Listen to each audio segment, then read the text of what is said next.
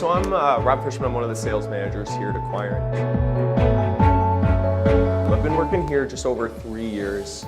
This is my second job out of college. Started as a lead generation role, selling software into dental practices. After about 6 months in that lead gen role, I worked my way up into a closing role, running about a 45-minute online demonstration of the software, the platform we offered. I then moved into a little bit more of a leadership role in that account, where people would set up these meetings for me.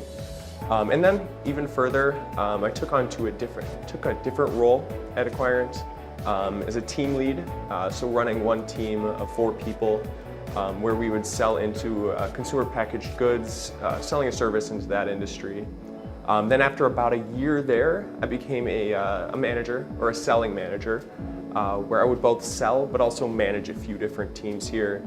And now I'm a full-fledged manager. I'm running 5 teams of about 10 people or so.